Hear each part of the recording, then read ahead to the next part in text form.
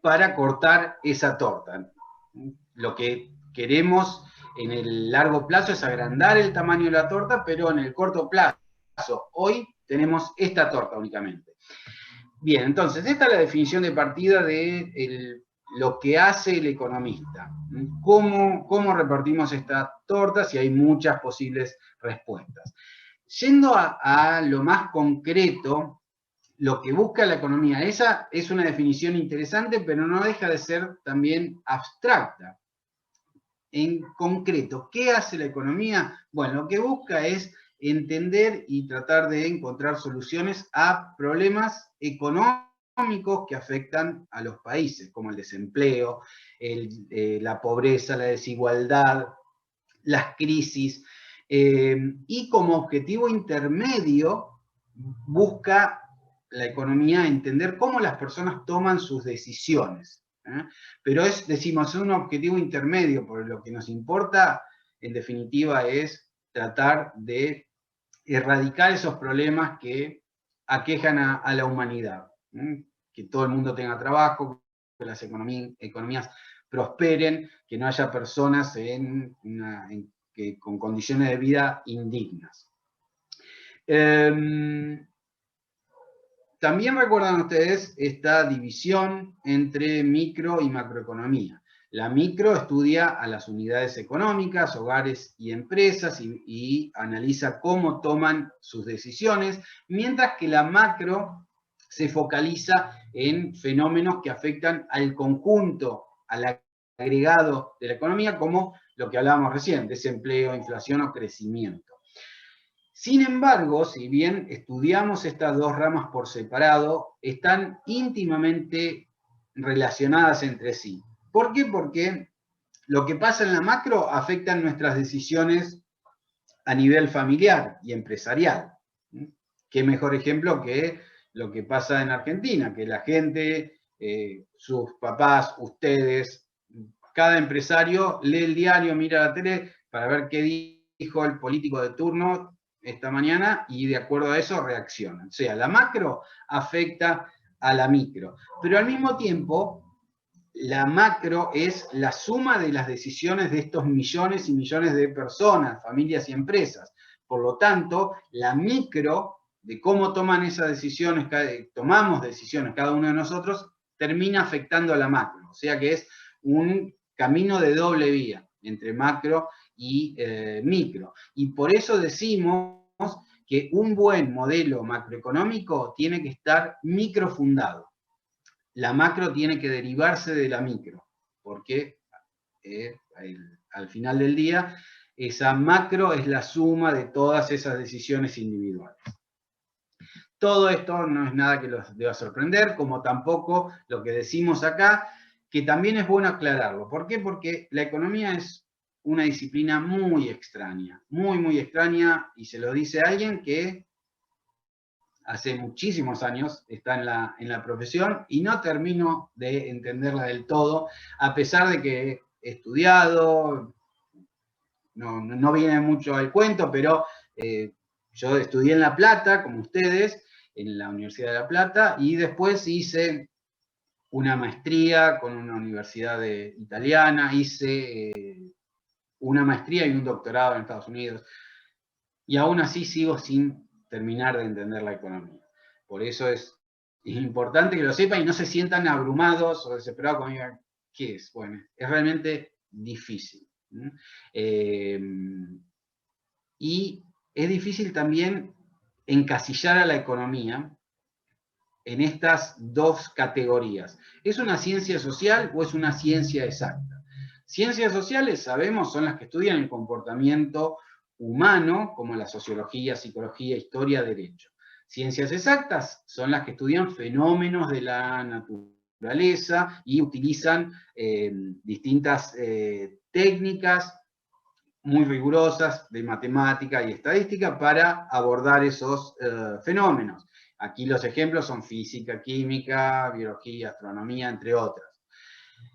¿Qué es la economía? ¿Una ciencia social o una ciencia exacta? Bueno, es una ciencia social porque estudia el comportamiento de los seres humanos, pero a diferencia de otras ciencias sociales, utiliza métodos y técnicas de investigación de las ciencias exactas. Por eso un economista, y nosotros mismos, aún aquellos de ustedes que no sigan economía, van a estar aprendiendo mucha estadística, mucha matemática.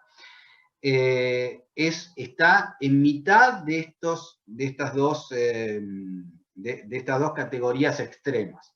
Y por eso decimos esta última frase: la economía es la ciencia más dura entre las ciencias blandas y es la ciencia más blanda entre las ciencias duras. Porque comparado con la cantidad de matemática y de estadística que estudian, por ejemplo, los astrónomos, los economistas somos apenas principiantes.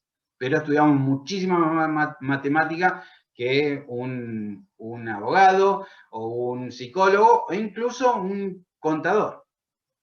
Entonces hay que tener en cuenta esto.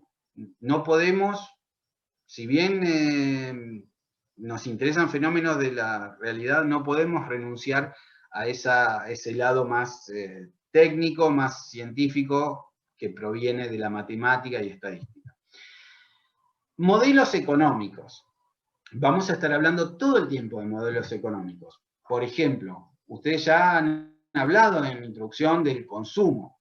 Y decimos, bueno, ¿de qué depende el consumo de la gente? Es un tema fundamental en nuestra materia porque el consumo es el principal motor del crecimiento o el estancamiento económico.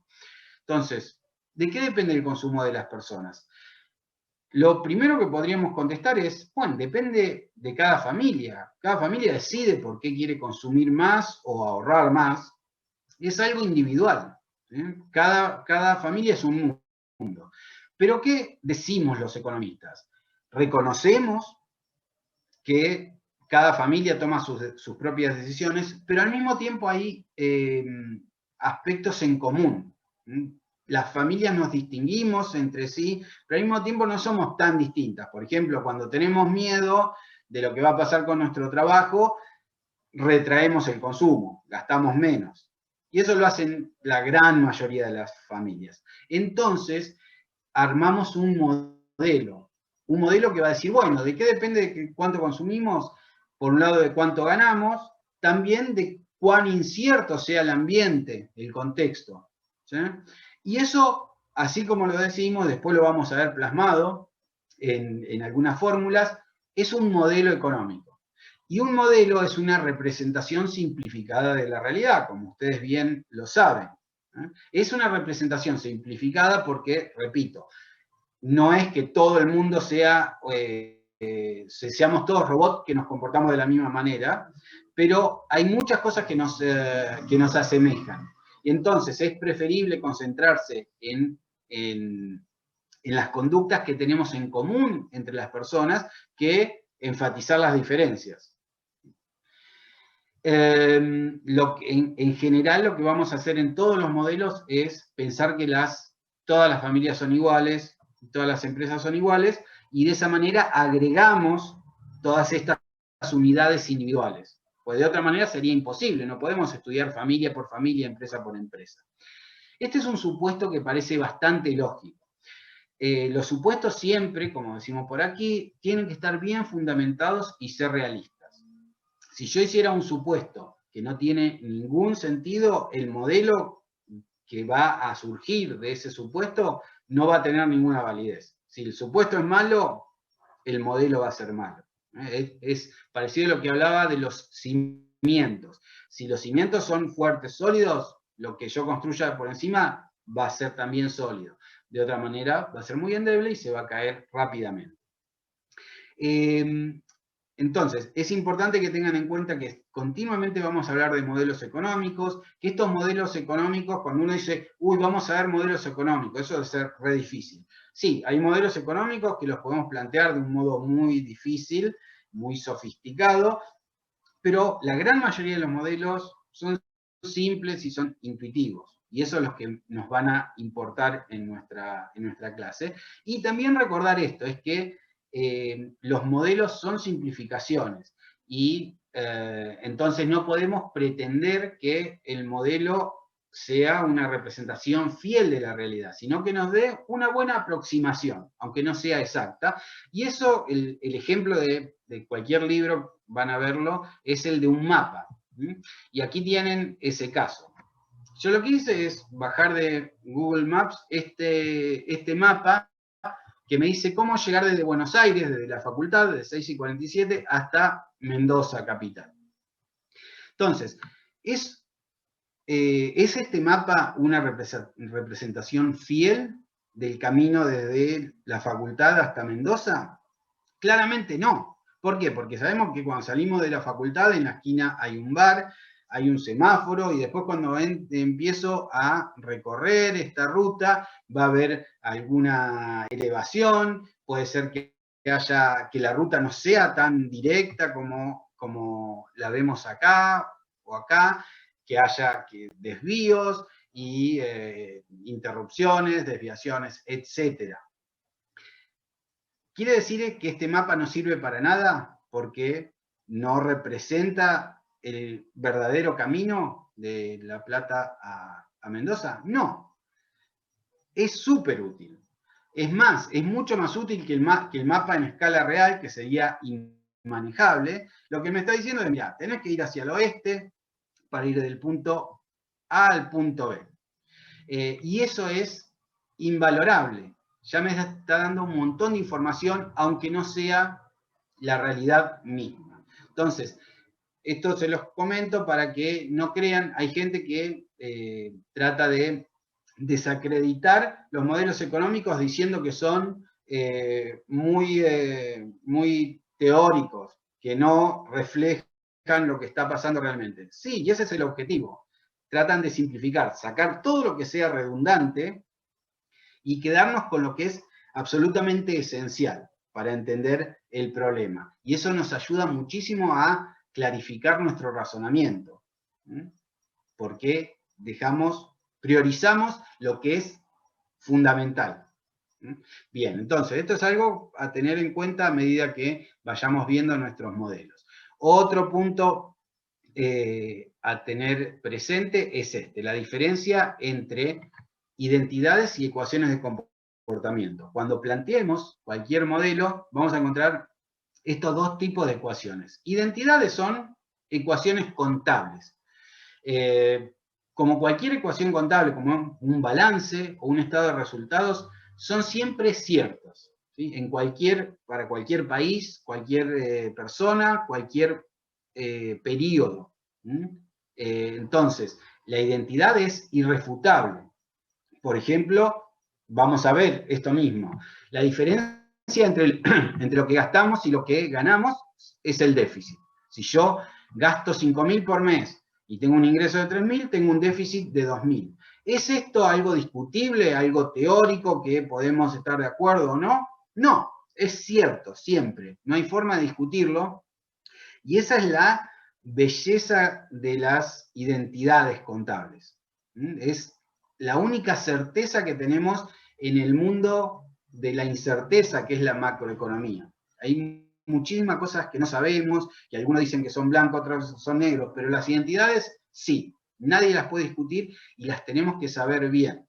Un buen economista, como un buen contador, tiene que conocer a la perfección las identidades, y hay muchísimas identidades que vamos a ir aprendiendo a medida que avancemos. Mucho más controvertido, más polémico, es el mundo de las ecuaciones de comportamiento, donde ahí sí estamos planteando teorías sobre cómo se comportan las unidades económicas.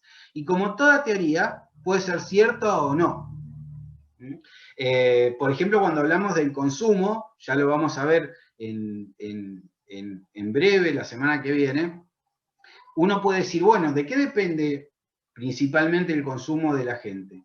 Y de cuánta plata gana, cuánto cobraste el mes pasado, eso va a determinar tu consumo. Esa es una teoría, es la teoría keynesiana. Pero hay mucha gente que discute eso y dice, no importa solamente cuánto ganás hoy, sino que tu consumo hoy va a depender también de cuánto vos pensás que vas a ganar en el futuro. Ahí ya tenemos la discusión, ¿sí? Dos bandos. Alguien que dice, el consumo depende de lo que ganas hoy, otro que dicen, depende de lo que ganas hoy y de lo que pensás que vas a ganar mañana. Ya tenés, entonces, una discusión, una contienda, una competencia entre teorías, y esas competencias se resuelven de un solo modo, mediante la evaluación empírica. Lo que tenés que hacer es buscar datos sobre el consumo de la gente, sobre el ingreso actual y esperado de esas personas, y ver cuál teoría se ajusta mejor, cuál de estas dos alternativas explica mejor el consumo. Y esa teoría va a ser la ganadora. Pero como pueden ver ustedes, acá ya las cosas no son blanco o negro como con las identidades. ¿Sí? En un balance contable, por ejemplo, yo digo, el activo es igual al pasivo más el patrimonio neto. No digo, puede ser eso, pero puede ser que haya veces en las que el activo sea mayor que la suma del pasivo del patrimonio neto. No, es una locura. Si decís eso, no. Obviamente no vas a probar contabilidad para empezar. ¿Se entiende? Entonces, es irrefutable. En cambio, las ecuaciones de comportamiento siempre pueden rebatirse, presentar una teoría alternativa. Y de esto vamos a hablar muchísimo. Esta es la parte más, como les decía, más turbia, menos clara de la economía, pero a la vez la más apasionante. Porque en las identidades no hay mucho, hay que aprenderlas y entenderlas y listo. Donde uno aplica su capacidad intelectual y analítica es en las ecuaciones de comportamiento para discernir qué teorías son buenas y cuáles son desechables.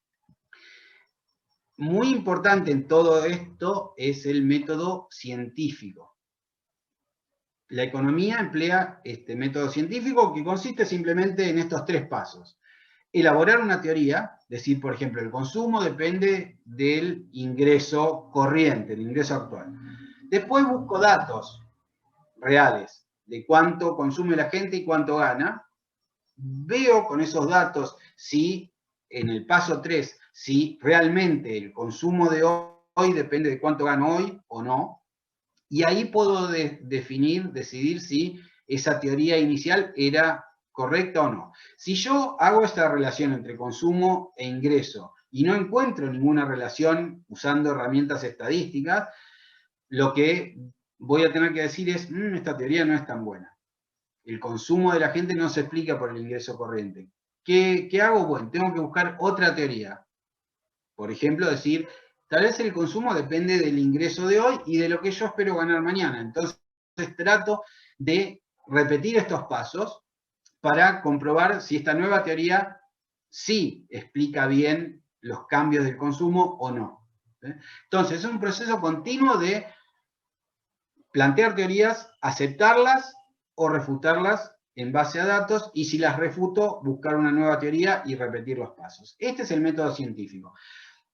El nombre, método científico, es un poco, si quieren, pomposo, porque uno dice, esto lo hacen científicos que están con sus batas blancas, no sé, y gafas, y no es así. En realidad, cualquier persona que razona bien usa el método científico. Incluso un buen periodista que hace una nota en un diario está usando el método científico. ¿Por qué? Porque está diciendo, mirá, por ejemplo, un periodista económico, pensemos, dice, la economía, vamos a ser polémicos, si quieren, y dice, mi teoría es que la economía en Argentina anda mal porque nos gobierna el peronismo.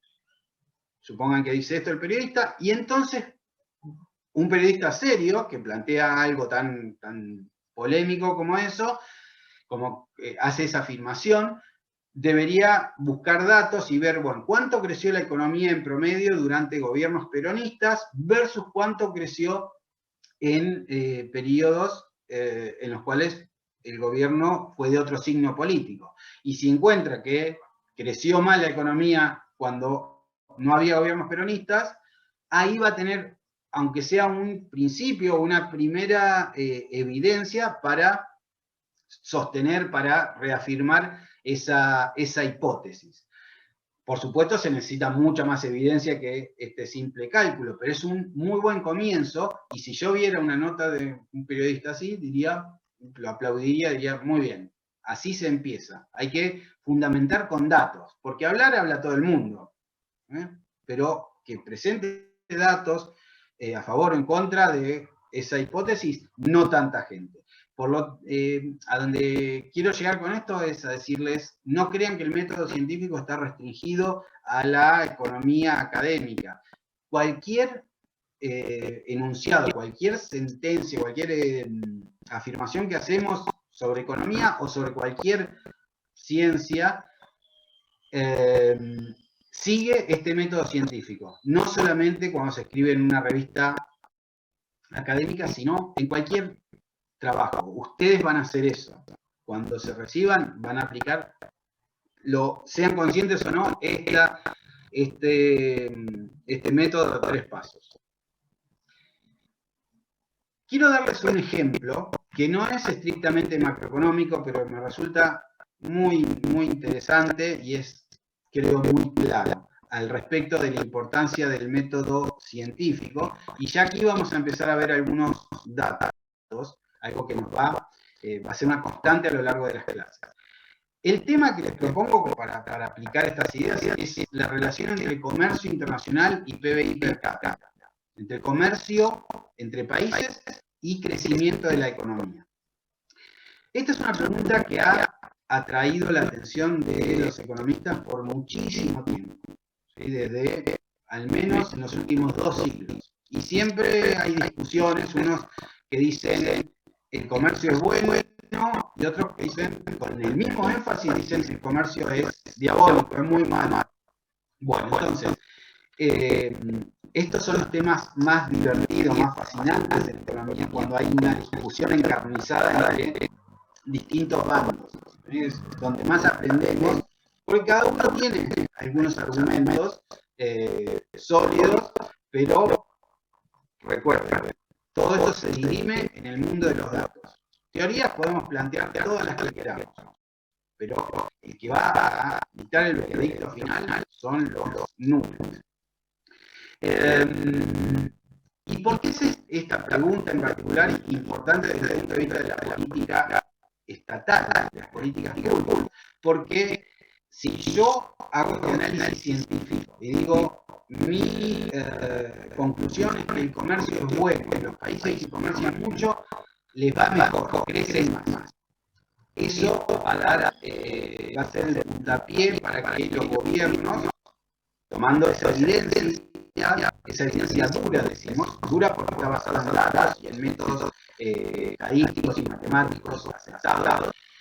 Entonces, si yo llego a esa conclusión, el gobierno debería decir, bueno, voy a levantar las restricciones al comercio, voy a permitir que todo el mundo pueda exportar e importar libremente, porque eso, al fin y al cabo, va a ayudar al país.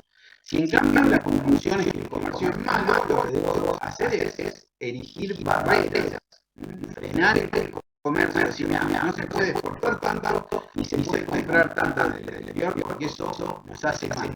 Entonces, fíjense cuán importante es este insumo, esta información del mundo de la economía para la política. La política y la economía, yo les decía, no hay que hacer economía basada en política. Es lo peor que pueden hacer es asesorar a alguien, dar consejos basados en sugerencias políticas. Pero eso no quiere decir que política y economía están separadas, todo lo contrario. La economía tiene que darle insumo al gobernante para que tome decisiones que favorezcan a la sociedad. Y nuestra facultad ha hecho mucho al respecto, porque hemos tenido muchos ejemplos de economía que han surgido de estas más aulas que ustedes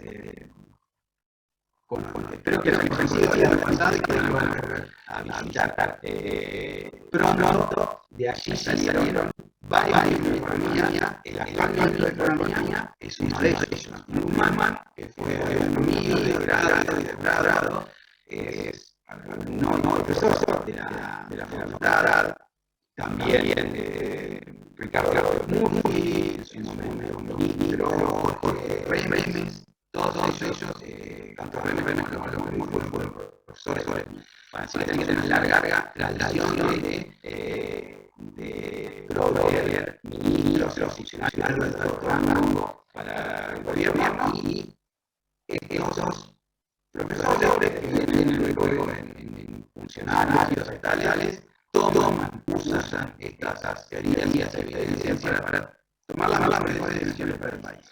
Bien. Y siguiendo con este ejemplo. ¿Por qué? Primero, porque hay algunos dicen que es bueno comercio para el país, otros dicen que es malo. Una teoría que es la que más aceptan los economistas es el comercio internacional en países es bueno porque permite vender al exterior lo que producimos internamente barato, comprar barato y que nos estaría mucho tiempo por nosotros mismos. Entonces dicen que el comercio es bueno. Esto posiblemente lo hayan visto en introducción, en micro, es el síntoma de las granjas comparativas. Por ejemplo, nosotros somos buenos cocinos de soja y con lo que ganamos vendiendo estos productos agropecuarios podemos comprar computadoras. O sea, vean que nos estarían mucho más producir domésticamente. Entonces, de ahí el primer bando dice, el comercio es bueno entre la vida y la economía.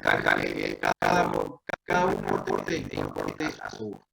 Otra gente discute esta conclusión y dicen, no, el comercio es malo. ¿Por qué? Porque si yo importo productos del exterior, por ejemplo, computadoras coreanas, eso va a impedir el desarrollo de la industria de la computación dentro del país. Y si nos inundan todas estas computadoras, los pocos productores locales de computadoras van a tener que cerrar, estos empresarios se van a quedar en la calle y se van a quedar en la calle todos sus empleados. Lo cual lo que van a hacer es cerrar la economía. Como ustedes pueden ver acá, ya tienen, yo les contaba antes, la economía en general, y el macro en particular, son muy complicadas porque nada es evidente y obvio. ¿Sí? Como decíamos al principio, si fuera obvia la solución a los problemas, ya los hubiéramos resuelto y nos seguiríamos en crisis acá y afuera. Nada es obvio. Este es un excelente ejemplo. Las dos teorías suenan bárbaros. Yo les conté la teoría 1, ustedes creen en su casa, pensando así, sí, tiene mucho sentido. Y la teoría 2, sí, también tiene sentido. Bueno, típico caso en economía, dos contendientes, ambos lucen muy lógicos a primera vista. ¿Qué tenemos que hacer? Es ponerlos en el ring a pelear. ¿Cómo se pelea? ¿Cómo se hace esa pelea en forma civilizada? A través de los datos, generando evidencia empírica, estadística, para poder tomar una decisión si la teoría 1 es la apropiada o la 2. Uno puede generar evidencia de distinta calidad y profundidad. Esta es evidencia descriptiva. Lo único que hay acá son unos datos, que en este caso los tomé de un informe del Banco Mundial de hace un poco más de un año. Uno puede hacer estudios muchísimo más avanzados de econometría para hacer mediciones, pero esto es un primer acercamiento. ¿Qué vemos aquí? Lo que vemos es que la apertura comercial en el mundo ha crecido. En los años 50 en promedio era 19% del PBI, exportaciones más importaciones sobre PBI. Y fue avanzando en forma constante a lo largo de las décadas y en la actualidad está cerca del 60%. ¿Qué nos dice este dato? Este es un típico ejemplo de lo que les contaba antes sobre los gráficos. Este es un gráfico que ustedes, si no vinieron a clase o no prestaron atención, lo van a mirar y van a decir, está bien, qué sé yo. ¿Qué quiere decir? Sigo. Pues yo no te puedo poner acá toda la explicación porque si no se vería muy feo y no es la idea. Ponemos el gráfico y yo se los explico, después pueden hacer ustedes preguntas si quieren, pero el gráfico solo no les va a hablar. Por eso es importante que estén concentrados, que me escuchen, que tomen notas cuando tengan que impriman, si lo desean, las notas de clase y hagan apuntes sobre lo que les voy diciendo. ¿Por qué este gráfico ya nos sirve para generar esa evidencia que necesitamos? Porque nos está diciendo, mira, más allá de que hay teorías que dicen que el comercio es malo para los países, que destruye empleos, la realidad es que el mundo es cada vez más abierto, los países cada vez exportan e importan más. Y esto es una evidencia incontrastable, irrefutable, es clarísimo que se triplicó el comercio en apenas 60 años, lo cual nos lleva a deducir, a inferir, que el comercio no debe ser tan malo, pues si todos los países decidieron comerciar más con el resto del mundo, es porque debe ser bueno. Entonces ya nos estamos acercando a un veredicto. Estamos diciendo, no debe ser tan mal el comercio si pasa esto. ¿De acuerdo? Otro punto que les quiero comentar es este. En cada gráfico o tabla que les muestre, siempre les voy a poner la fuente y lo que es más importante, el link de internet de donde lo pueden bajar. O sea que si ustedes quieren leer este capítulo 1 de este informe, no tienen más que ir a esta dirección y lo van a poder hacer. Esto es algo que yo quiero que lo hagan, que vean de dónde salen los datos, no es obligatorio ni mucho menos, pero sería deseable que se acostumbren a manejar datos porque cuando empiecen a trabajar, lo primero que le van a pedir sus jefes es que sepan hacer un gráfico, ¿sí? Y que sepan dónde ubicar la información.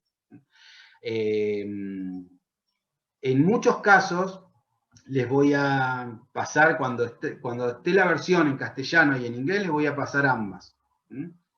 Porque sobre el tema de inglés voy a hablarles en un ratito, es muy importante que aprendan inglés.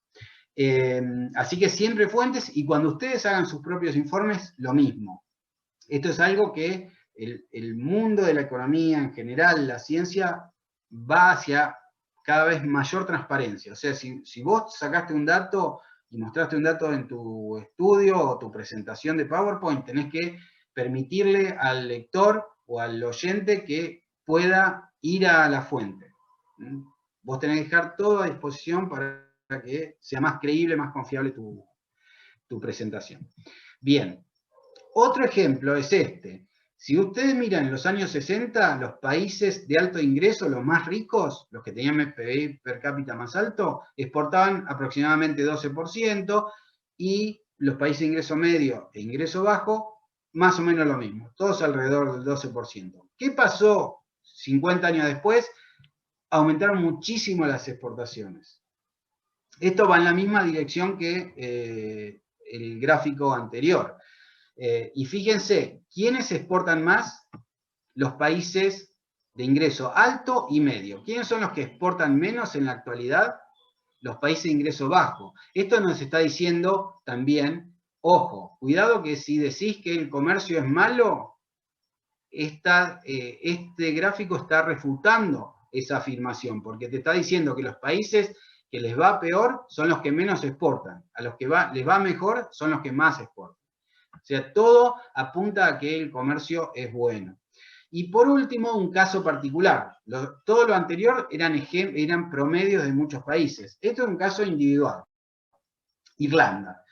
Irlanda es un país que en el año 70 tenía un PBI per cápita de unos $10.000 y en la actualidad llega a los $65.000.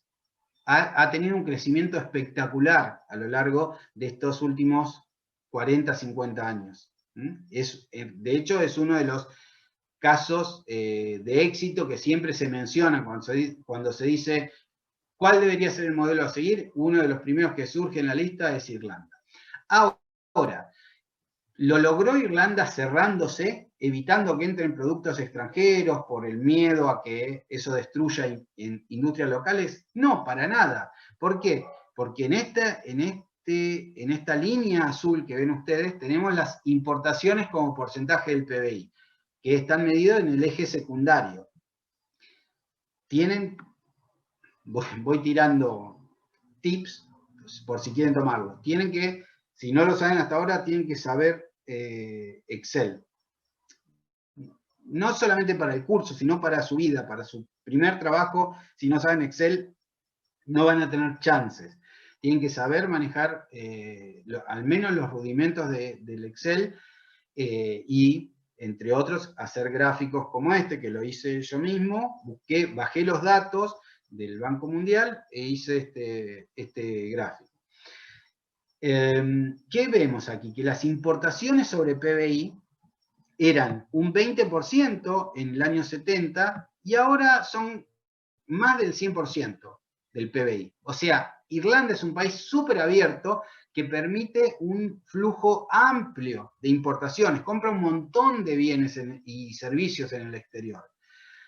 ¿Quiere decir esto que Irlanda está condenada a no crecer porque está inundada en importaciones y no puede producir localmente? No, porque importa, pero al mismo tiempo exporta mucho y le ha permitido convertirse en una verdadera potencia en Europa. O sea, esta teoría, lo que llamamos, si quieren vuelvo un segundito, rápido, acá, la teoría que dice, no, el comercio es malo porque desplaza a los productores y genera quiebras empresariales y desempleo, no está bien fundada. Suena bien a primera vista y uno quedaría convencido, pues parece tener sentido, pero cuando hacemos el tercer paso del método científico, o sea, sometemos este razonamiento a la evidencia empírica, todo indica que el comercio es bueno.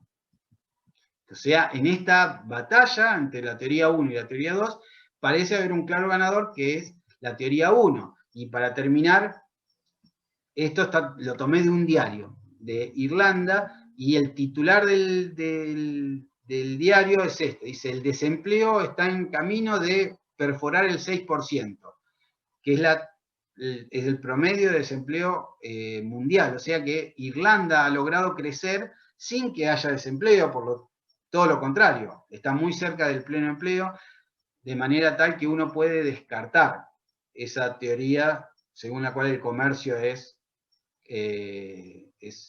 diabólico y nos impide crecer y generar trabajo. Entonces, este es un mero ejemplo, pero vamos a repetir este tipo de ejercicio con muchos temas del curso. Lo que quiero es tratar que me acompañen en esta idea de aprender la metodología, cómo se razonan los problemas macroeconómicos. Bueno, primero tenemos que tener buenas teorías, todas las que queramos, del signo político que se les ocurra, está todo bien, pero después tenemos que poner como juez de esas teorías a los datos. Y ahí vamos a inclinarnos por una o por otra. A veces hay más de dos teorías, lo cual hace más complicado todavía el análisis. Relacionado a lo anterior, alcanza con la intuición, porque hay gente que dice, la economía es intuitiva, yo vivo en la economía, yo hago economía todos los días porque tengo que salir a trabajar y gano plata y tengo que ahorrar, no necesito que venga alguien, un señor o una señora que estudiaron en una facultad y me digan lo que hay que hacer. ¿Es cierto esto? Hasta cierto punto sí, hay cuestiones que son intuitivas y con la intuición alcanza, pero otras donde no, ¿sí? Y ahí es donde patinamos. Si queremos usar demasiado la intuición, vamos a cometer errores graves de juicio. Esto es una frase que la escribí en este libro que tienen en su lista de lecturas sugeridas,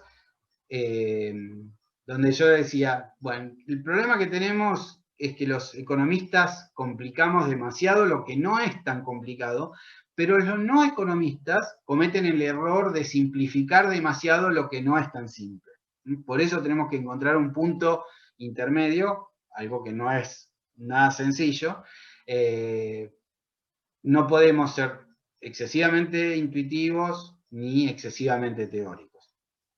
Sobre todo porque cuando estamos enfrente a lo que llamamos en el libro intuiciones engañosas, que son ideas que a simple vista parecen irrefutables, que es imposible estar en contra. Uno las ve y dice, sí, es así. Pero cuando se las analiza, con cuidado, nos damos cuenta que están muy equivocadas.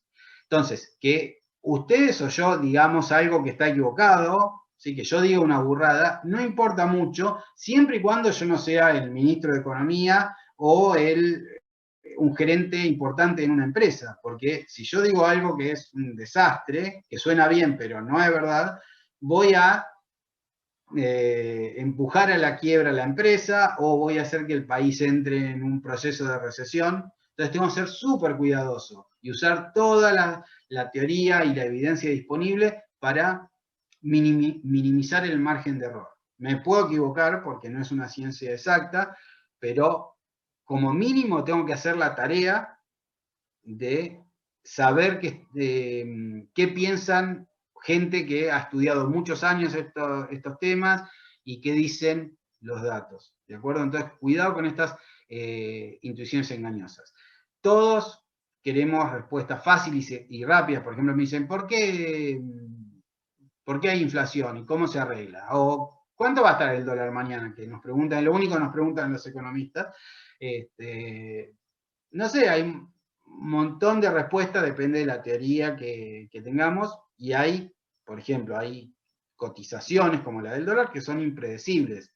Yo te puedo tirar un número, te puedo decir, sí, va a estar a 174, pero seguramente me voy a equivocar o voy a acertar de casualidad. De nuevo, si fuera tan fácil la economía y, por ejemplo, predecir el valor del dólar o de la bolsa, ya todos los economistas serían multimillonarios y nadie estaría dando clases ni haciendo otra cosa que estar tirado en el Caribe tomando una caipirinha. ¿Se entiende? Entonces, no hay. Uno quiere esto, que me diga, sí, decime cómo se arregla esto. No. Tenemos alternativas y te puedo decir cuál de estas alternativas es la mejor. En algunos temas sí tenemos una respuesta tajante, pero en la generalidad de los asuntos de la economía tenemos hipótesis, algunas más acertadas que otras, y hasta ahí podemos llegar. No hay que tener expectativas desmesuradas, no somos magos. Como veíamos recién con esta teoría 2, algunas intuiciones tienen una dosis de verdad, pero no la suficiente como para hacerlas ciertas, y por eso no hay peor mentira que una verdad a medias. Si yo le asesoro al presidente y le digo, mirá, si vos dejás entrar importaciones, no vamos a poder producir nosotros y va a quedar un montón de gente en la calle y el presidente me hace caso y cierra la economía, bueno, va a ser el peor consejo que le podían dar, porque toda la evidencia que acabamos de recorrer sugiere que las economías más abiertas son a las que mejor les va.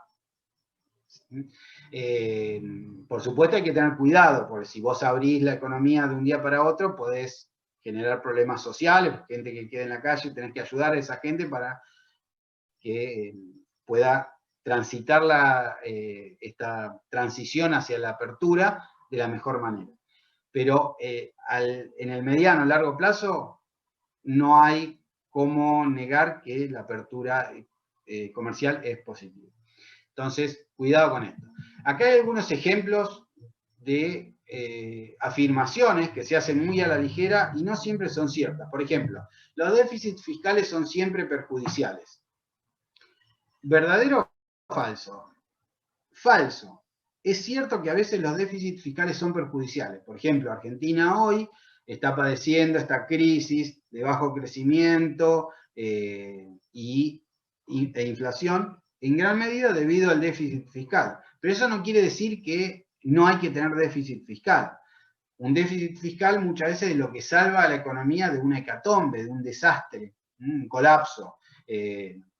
Acá en Argentina mismo, en la pandemia y en otros países, ya veremos datos, los gobiernos aumentaron muchísimo su déficit fiscal, gastaron mucho y recaudaron menos, pero eso fue bueno. ¿Por qué? Porque ayudó a la gente que se caía del sistema, pues cerraban los negocios, les permitió tener un sustento, un ingreso. Entonces, los déficits fiscales no son siempre malos, ni son siempre buenos. Hay que saber cuándo conviene tener déficit y cuándo no. Entonces, cuidado cuando escuchen a alguien, hay muchos economistas y no economistas que hacen estas afirmaciones contundentes, categóricas en la tele. el problema son los déficits fiscales, hay que tener superávit siempre. No, no es así. Hay que saber cuándo. O otra gente que dice, hay que exportar mucho e importar poco. Tampoco es cierto.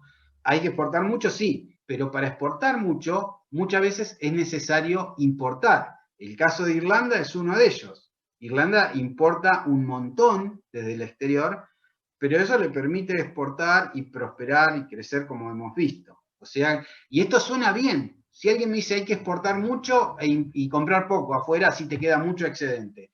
Suena bárbaro, es lo que la teoría mercantilista del siglo XVII, que hizo fracasar a países como España. España era una potencia y cayó porque pensaba que esto era cierto. Está caduca esta idea de tener un superávit muy grande. Lo importante es comerciar mucho, para los dos lados. Otra gente va a decirles, no hay progreso si no hay industria. El puntal del crecimiento, el progreso de un país es la industria. ¿Verdad o mentira?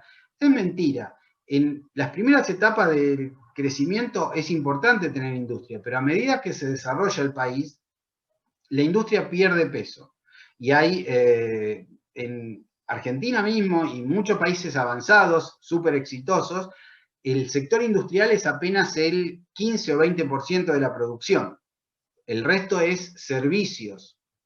Ya lo vamos a ver, pero les quería mostrar algunos de estos enunciados que habrán escuchado y escucharán 1000 veces, que no tienen demasiado sustento. ¿Por qué? Porque el que los dice no se ha tomado el trabajo de ver la evidencia empírica. No es necesario que vos busques los datos, pero hay un montón de papers. Si googleás industrialización y crecimiento, vas a encontrar datos sobre lo que te digo. Entonces, mucho cuidado.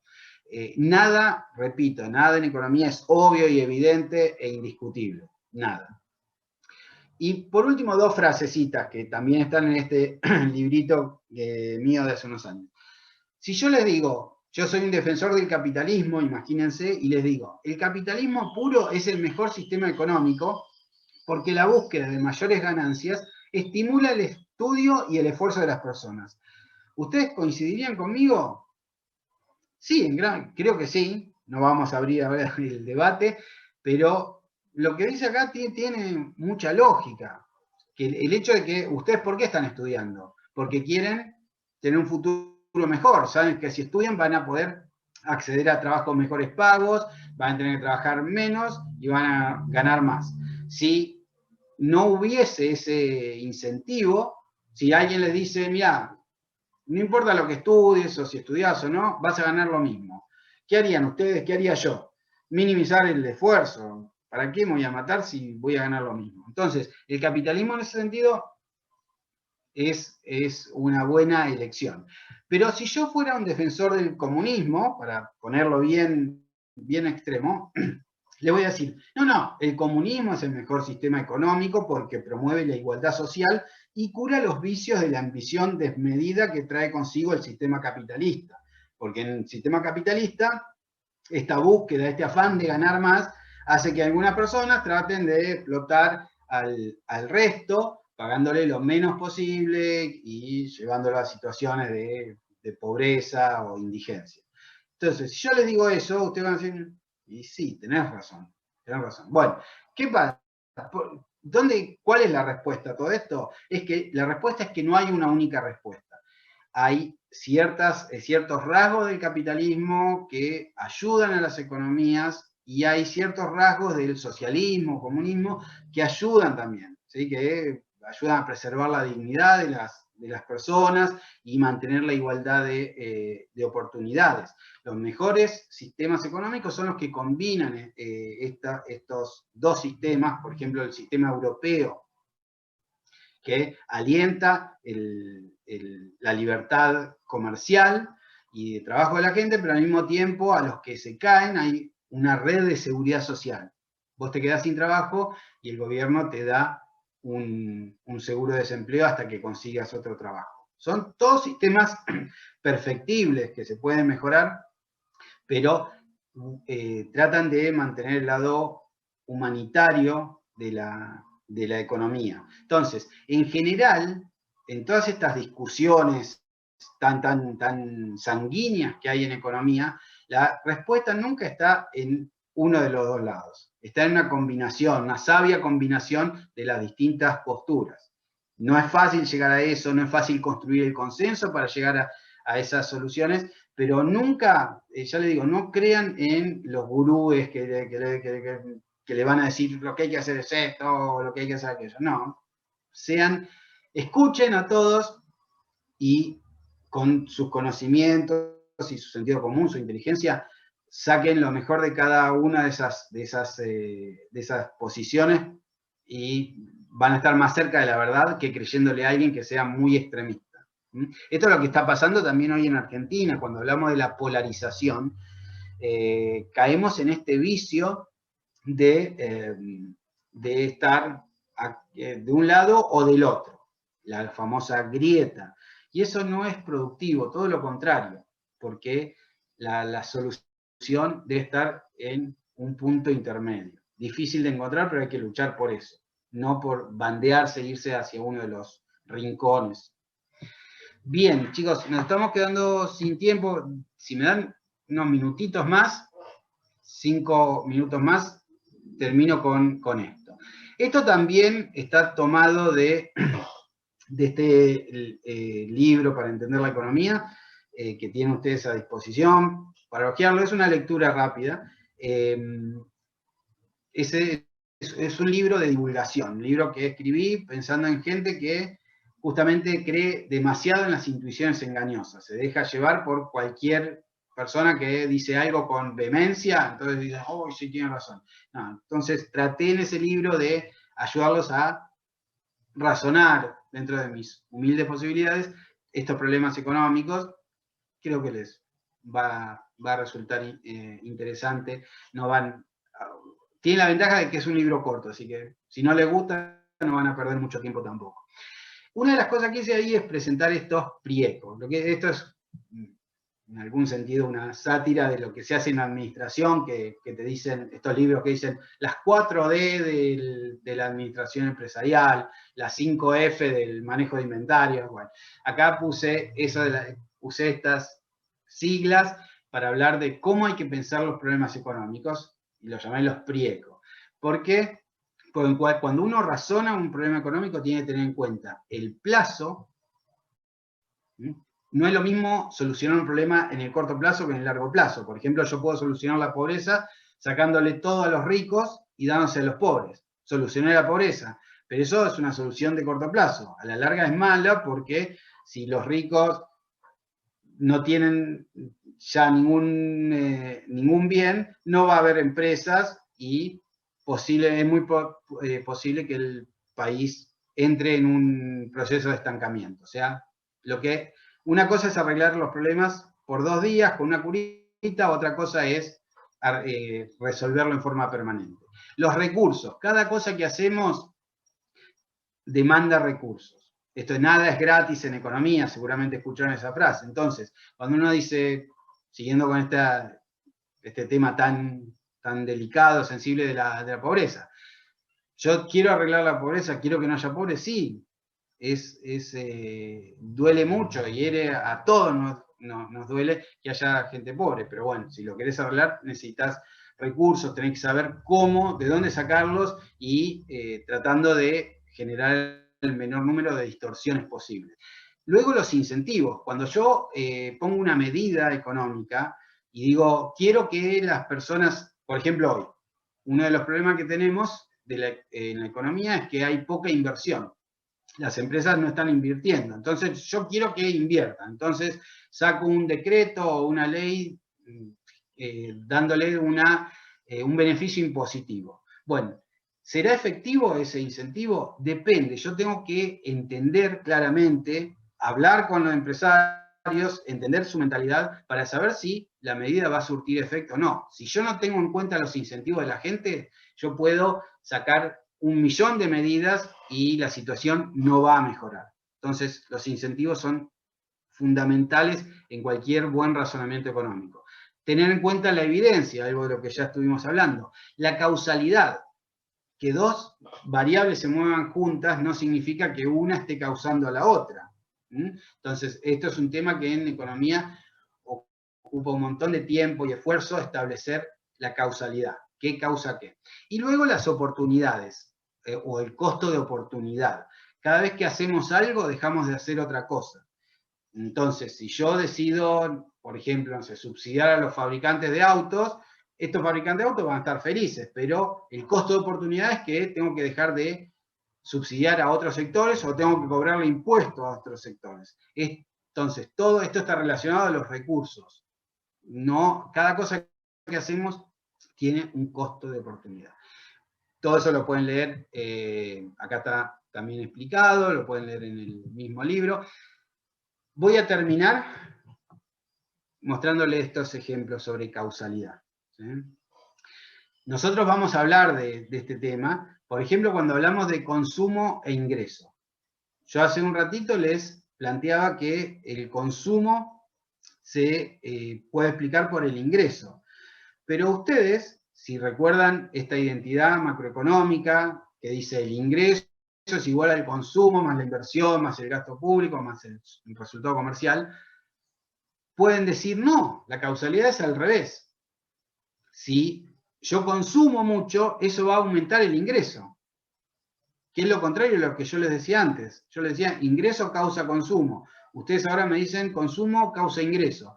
¿Cuál es verdad? Bueno, en este caso en particular, las dos son verdad, pero hay que tener eso muy presente. Si uno dice que A causa B y en realidad B causa A, cambiar A, hacer una política económica para cambiar A, no va a modificar B porque la causalidad va en sentido inverso. Entonces, por eso es tan central en todo razonamiento económico hablar de causalidad. Para que vean casos ridículos, acá pueden entrar en este sitio, si quieren ver más ejemplos. Uno ve estas dos series estadísticas, desde el año 2000 al 2009, y ¿qué decimos? Sí, estos están súper relacionados. Entonces debe haber causalidad, una de las dos debe causar a la otra. Bueno, no es así. Para que vean lo ridículo, lo absurdo que es, este señor se dedica a coleccionar casos así. ¿Qué tenemos acá? La cantidad de queso que se consume per cápita en la línea roja. Y la línea negra es el número de personas que murieron estranguladas con sus sábanas. En Estados Unidos hay datos de todo, incluso de esto. Son datos reales, no son inventados. Y la correlación es altísima. Uno mira, acá hay una relación económica. No, no la hay. Es pura coincidencia, pura casualidad, no causalidad. Es una correlación espuria, decimos en economía, que no tiene ningún sentido porque no hay ninguna teoría que sustente que la gente que consume mucho queso tiene más probabilidad de morir estrangulada con sus sábanas y viceversa. Bueno, y otro ejemplo es este. También se ven muy vinculados. Perdón. Sí. Pero, ¿qué demostraría este ejemplo? No entiendo, ya que la relación no se parece, o sea, no tiene relación un dato con el otro. Exactamente. Está muy bien la pregunta. Lo que demuestra es que correlación, esto que decimos acá, correlación no es lo mismo que causalidad. Si yo quiero, en economía, si yo quiero plantear una relación de causalidad, yo quiero decir, el consumo causa el ingreso o el ingreso causa el consumo, necesito una teoría sólida. ¿Sí? Yo no puedo alegremente plantear cualquier teoría y decir, no sé, a ver, lo que decíamos al principio, esa afirmación política, Argentina no crece porque tiene gobiernos peronistas. Obviamente si esto lo escucha un peronista se va a enojar, un antiperonista se va a alegrar que uno diga eso. Pero a mí no me importa, ¿sí? Porque yo no soy ni peronista ni antiperonista. Lo que yo digo es, bueno, genial, esa es tu hipótesis. ¿Cuál sería la razón? Me tenés que presentar una teoría que justifique esa causalidad que estás proponiendo. ¿Por qué el peronismo llevaría a menor crecimiento o mayor crecimiento? y después deberíamos buscar los datos. Entonces, lo que hace este señor, hace el camino inverso, hace el método científico de atrás para adelante. ¿Qué hace? Busca datos que se parecen, que se mueven juntos, que se correlacionan. ¿Sí? Por ejemplo, acá cuando sube el consumo de queso, aumenta el número de gente que se estrangula en su cama, pero lo busca justamente para mostrarnos en forma bien patente lo ridículo de esa idea. Vos no podés buscar correlaciones y después ver por qué pasa. Primero tenés que tener una teoría económica sencilla, pero que cierre, que sea bien consistente. Y después podés hacer el análisis estadístico. Lo que nos está diciendo este señor es que dos variables se muevan juntas no quiere decir que haya una teoría económica, una relación de causalidad entre ellas. Es simplemente eso. Este sitio, de hecho, es bastante famoso entre los economistas porque es como un llamado de atención, de decir, mira, cuidado. Vos primero tenés que plantear la teoría, tenés que seguir el método científico, en definitiva.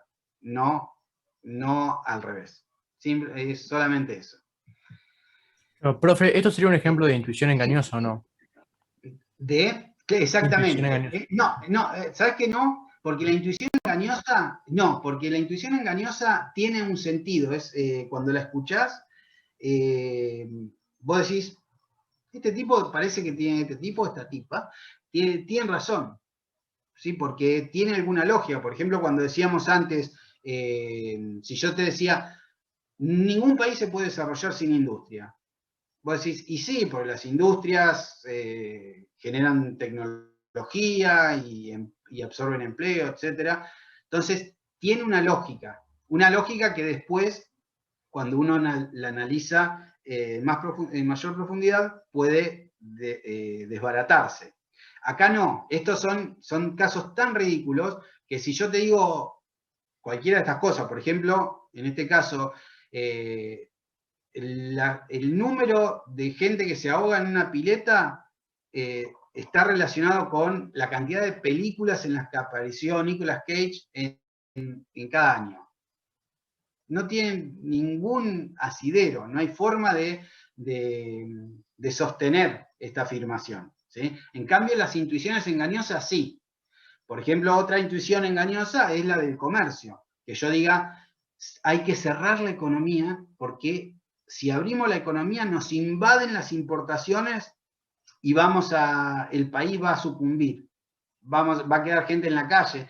Me dicen eso, incluso a mí, por más años que tengan esto, y digo, tiene razón, pero ¿qué hago después? Lo analizo más y concluyo que esa afirmación es falsa.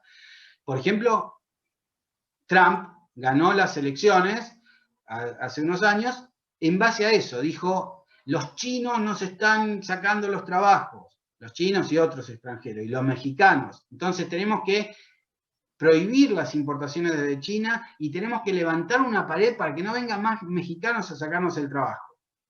Y esto convenció no a 5 personas o a 10, convenció a casi 75 millones de personas.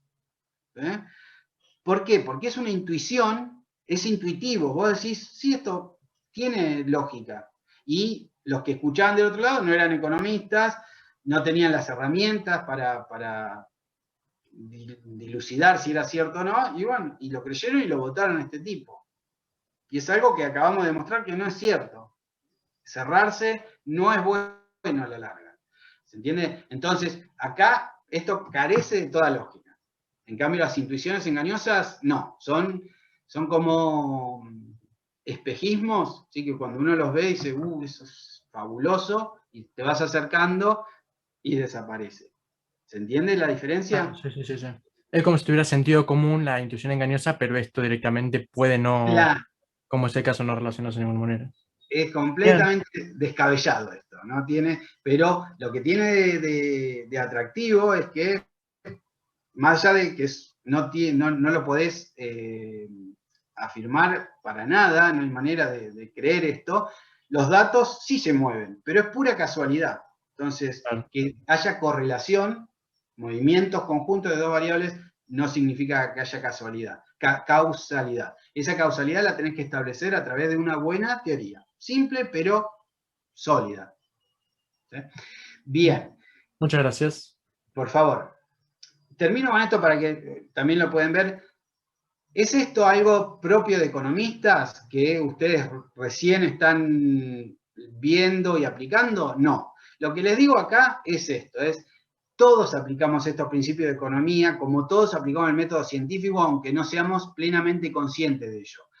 Cuando ustedes decidieron estudiar, hicieron exactamente esto, aunque no lo hayan pensado en estos términos. Dijeron, bueno, ¿qué me conviene, estudiar o no? Y bueno, en el corto plazo me conviene no estudiar, ir a trabajar y ya ganar plata, no ir a la facultad y tener ingreso cero o muy bajo.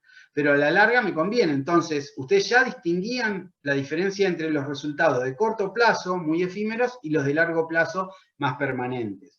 Sabían que iba a haber costos de estudiar, aunque no paguen matrícula, tenían que conocer sus incentivos. Ustedes se hacían como una introspección, dijeron en su momento, ¿tengo la fuerza de voluntad para empezar esta carrera y terminarla? O sea, analizaron sus incentivos, miraron la evidencia, miraron alrededor en sus vecinos, su comunidad, y dijeron, che, a los que estudiaron parece que les va mejor, tienen una casa más linda, tienen un auto, los que no estudiaron no les va tan bien.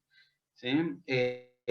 También analizaron la causalidad, dijeron, es que me va a ir bien porque soy inteligente o me va a ir bien porque estudié. ¿Cuál es la causalidad? Si yo soy inteligente, ¿me puedo ir bárbaro sin estudiar? ¿O necesito estudiar y eso con mi inteligencia me va a permitir tener un resultado, una vida más próspera en el futuro? Bien, lo que quiero decirles es que todos hacemos economía a cada instante. Y lo que vamos a hacer acá es ponerlo en evidencia. Pero no debería, nada de lo que vayamos a ver tendría que sorprenderlos porque todos ustedes son economistas en ciernes, aunque no se hayan dado cuenta. Vamos a dejar acá, chicos, perdón que nos tomó un ratito más. Permítame, voy a abrir la pantalla. Recuerden entonces, el miércoles nos reunimos a la misma hora. Nos reunimos a las 7. Vamos a tratar de terminar 10 menos cuarto con un recreo. Y a partir de la semana que viene vamos a encontrarnos a las 8:15. Yo les voy a mandar un mail. Cualquier duda que tengan sobre el material, preguntas, me pueden escribir. Temas administrativos, les pido que lo charlen con Julián Amendolagine, que tienen su mail. Pero aquí estamos para lo que necesiten, ¿de acuerdo? Así que los despido y nos vemos el miércoles. Muchas gracias. Profe, nos vemos. Gracias. Chao. Que tengan buen día.